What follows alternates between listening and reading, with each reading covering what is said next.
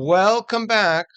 This is probably not widely publicized, but the mortgage spreads just breached above 3% for the first time, well, in very, very long time, several decades.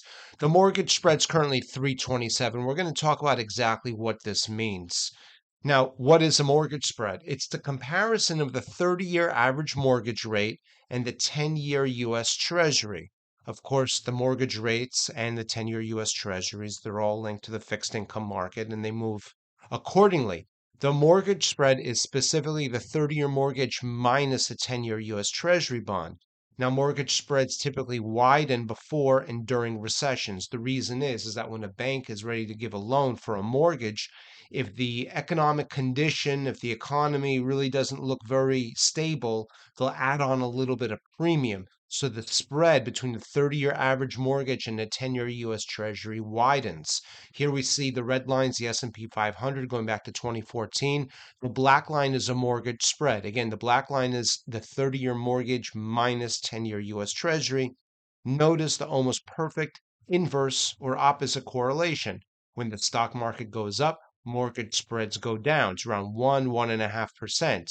When the stock market goes down, as was the case in the COVID crisis, mortgage spreads rise. Mortgage spreads at the time were almost 3%.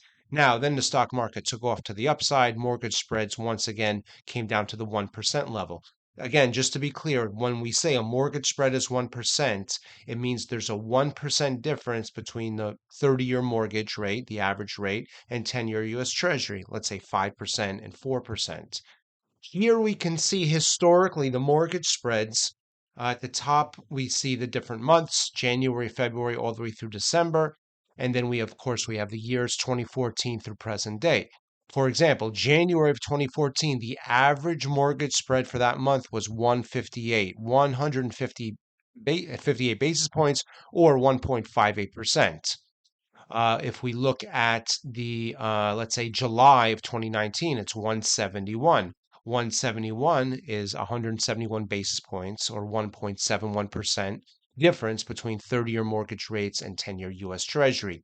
The averages for the year on the right-hand side. So the average for 2014 was 164, 2015 was 171.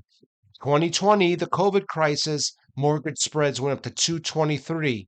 Then they subsided in 221. Last year, 235. The average for this year is 285, but the average for November so far is 314. And we can see this is the first time we've seen 3%. Even during 2020, we did not see a 3% month. This is the first month that we've seen the mortgage spreads above 3% since at least 2014. And we know from the data, actually a lot further back. Here we see the black area chart. That's the mortgage spreads. The white line is a 30-year mortgage. The blue line is a 10-year U.S. Treasury. Notice they both tend to trend to the upside, as they should, because they're both linked to the fixed income market. But during times of peril, when the banks say, no, no, no, we're going to ask a little bit more premium for our mortgages because the economy doesn't look stable, the 30-year mortgages go up. But meanwhile, as the economy goes, as the fixed income yields go up, but then the economy starts to look like it's on shaky ground. Well, there's some, people out there will say, well, maybe the Federal Reserve is going to cut rates. If there's the anticipation of lower rates, the 10-year U.S. Treasury, the blue line, will start to go down.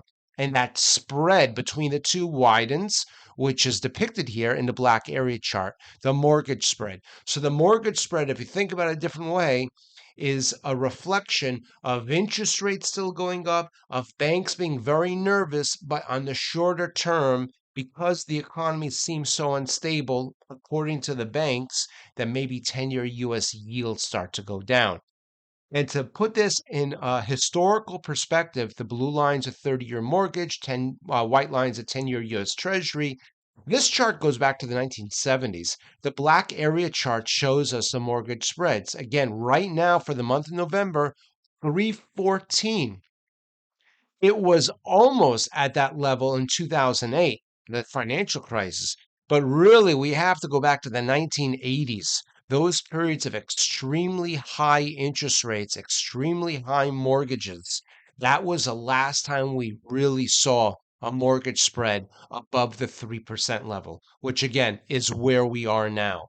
What does this mean for the long term? Well, there's certainly many, many other factors. But historically speaking, when mortgage spreads get up this high, it means the banks are very uncertain about the economy. Maybe we expect a downturn, in the medium term future, for example. So it's not really a trade signal, but it is a sign. It is a signal that the banks that have a very good read on the economy see trouble out there. And that's why they're asking for more premiums. That's why the mortgages seem to be even more expensive than they were, despite rising interest rates. We're going to keep a close eye on this and many other indicators along the way.